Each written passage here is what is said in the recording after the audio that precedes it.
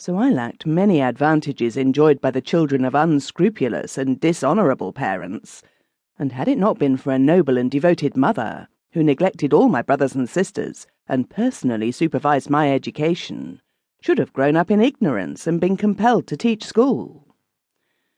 To be the favourite child of a good woman is better than gold. When I was 19 years of age, my father had the misfortune to die. He had always had perfect health, and his death, which occurred at the dinner table without a moment's warning, surprised no one more than himself. He had that very morning been notified that a patent had been granted him for a device to burst open safes by hydraulic pressure without noise.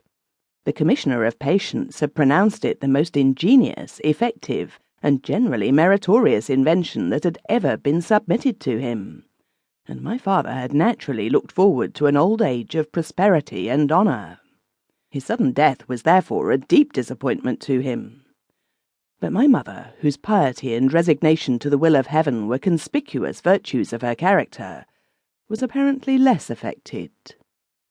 At the close of the meal, when my poor father's body had been removed from the floor, she called us all into an adjoining room and addressed us as follows. "My children, the uncommon occurrence that you have just witnessed is one of the most disagreeable incidents in a good man's life, and one in which I take little pleasure, I assure you.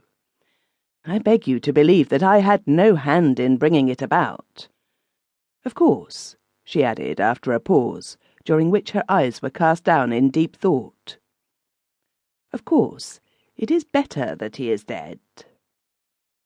She uttered this with so evident a sense of its obviousness as a self-evident truth, that none of us had the courage to brave her surprise.